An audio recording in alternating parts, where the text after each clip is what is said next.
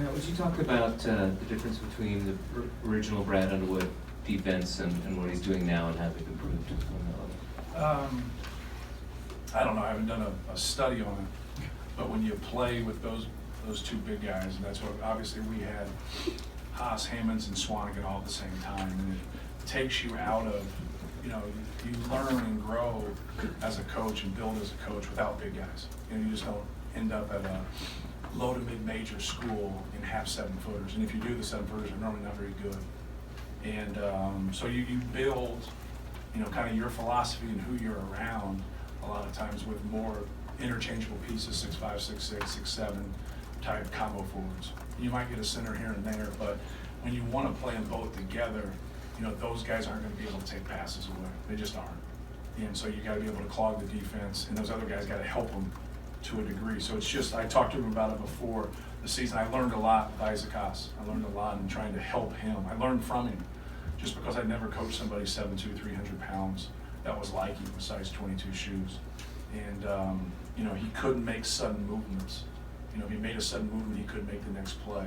So trying to keep him compact, trying to keep him stationary, so then when he could go to rebound or go to get a ball, he could be able to do it. So I think it's a process when you're learning, especially, I think he's got a good complement, especially if they can shoot the ball well, is because they do have quickness and athleticism to go with size. So if they can get a balance, if they get a balance tonight, Griffin makes some shots, he was the best player on the floor.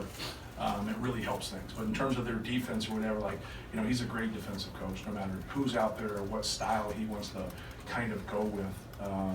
But when you have those guys that can hawk the basketball the way they do and keep the ball in front of them, and you can load things up with that size, it's a good start. Why is it so hard to score? Our inability to make perimeter shots has, really hampered us on the road. And I don't think it was, you watch a live game and you want to think that you had quality shots. I think we have quality shots from three. I'll go back and watch the tape and we'll see. I think the frustrating piece is when you don't make free throws and you don't make layups. And now you're allowing second chance opportunities. So if you look at their score and you limit their second chance opportunities, our defense wasn't that bad. And then just the morale of our team just drops when you're missing, some point blank layups or you're missing free throws and things of that nature. But we'll go back and watch the tape and we'll see. Obviously, if we couldn't shoot, we didn't have guys that couldn't make shots, then we wouldn't make them at home. That'd be the whole thing. We got to just keep working and try to get things figured out.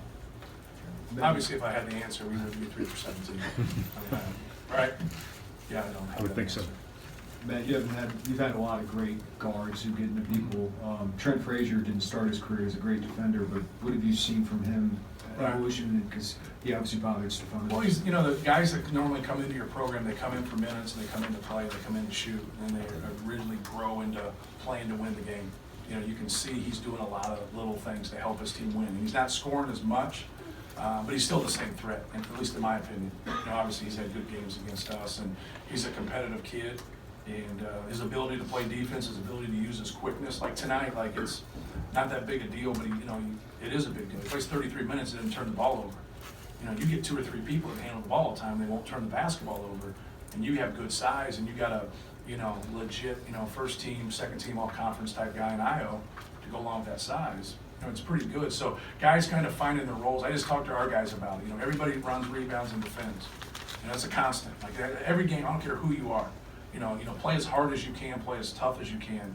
And so I think, Trent's, he's learned that. You learn that. And it's hard. When you have some struggles, now it's, it means something. Those guys want to get to the tournament. That's what I told our guys. We've played some teams, here in the past 3 or 4 weeks, and, they're playing like they didn't go to the tournament. We're playing like we went to the tournament.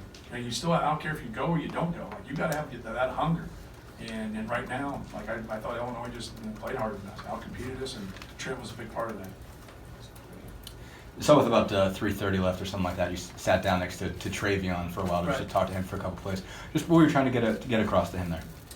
Just to understand, the onus falls on you. You know what I mean? As an individual, we lost today. I'm the head coach. The onus falls on me.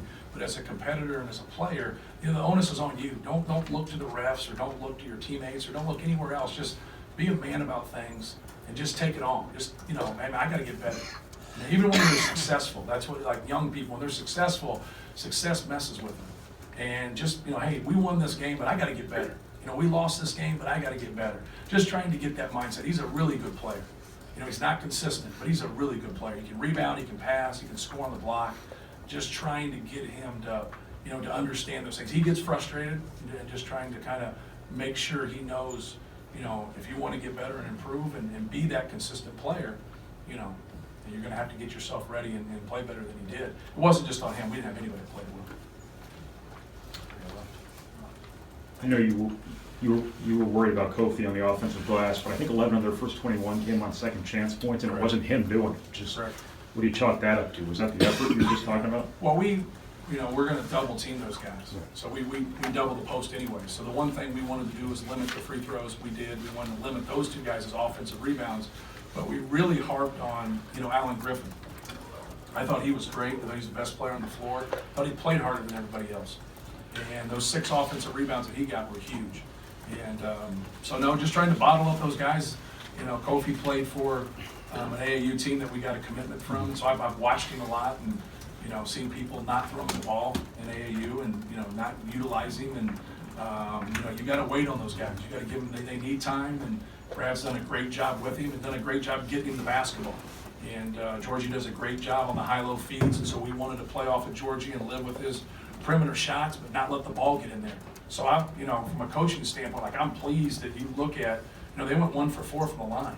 They're one of the best, rebounding teams in the country, and they obviously out-rebound us. But they get to the free throw line a lot too, and so we wanted to limit that aspect of the game, and I thought we did. We just didn't, play harder than them. They just played better. Coach, you switched up your lineup, matched up with Williams and Harms tonight. Is that just a one-time matchup thing? And did you get No, what we you wanted played from that? those two together.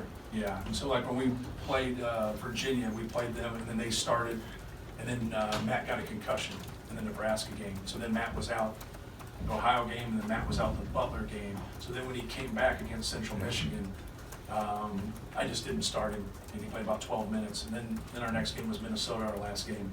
And so I just didn't start him then, and Matt had 26 and 9. But he had started before, I just wanted to bring him along. But yeah, it was fitting because you like to match up. And that's what, against those guys, and we could do a tutorial on how to go against them. We've had great size. You got to flip it on them. You got to match up to them, but then you got to be smaller and make them guard. But if we put guys in that can make threes and they can't make threes, we can't flip it on them. And then if they play harder than us, then we have a real problem. Matt, how much is, when you guys struggle early, not getting a spark off the bench, whoever you turn to try to find some offense? Right. How much is that maybe holding this team back a little bit? Well, when you start off 11-0, it's, we lacked a spark from our starters. And, but the game is, and you guys watch a lot of basketball, you've seen a lot of games start off there, and that can be the best thing for you. Obviously, you'd like to be 11-0 and be up, but we've all seen that flip real quick. We did it the other night, and we were up, I think, 11-3, and they came back and tied in, I think it was 16-16. So that can happen and change a little bit. Guys can kind of play through the score a little bit. It's a long game.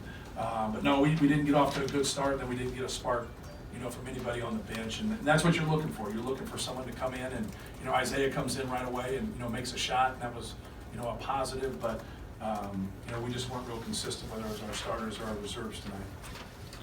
Obviously, one of those guys who comes off the bench in this game is Jihad. Obviously, doesn't get much going at all. Just what are you seeing with him at this point? What's just sort of starting to go south you're for him? trying to find some things, and so obviously we were starting the two bigs together until Matt got hurt, and so we wanted to go back to that, and then trying to take out. You got to take somebody out. You got to start 5, and when you get to it, Io's so good. I got a lot of respect for Io and his ability to get to the basket and get to his right. And I thought Nogel was a really good matchup for him. Sasha Stefanovic just really shot the ball well for us. And Eric Hunter might be our most consistent guy in that backcourt. So dealing with that, I liked Eric Hunter on Trent Frazier. I like that. So that matchup right there, and there's no way I was going to take Sasha out of there. And he's a guy that hasn't been consistent for us here. He's had a couple individual good games, but he just hasn't been consistent. And sometimes when you do that, now they come off the bench and they play a little bit better, and sometimes not.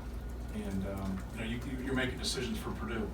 And sometimes when individuals, especially someone like him who's played in a lot of games and probably started in most of those games the past 2 years, but it's it's one of those things, you gotta try to do the best thing you can to help your team win.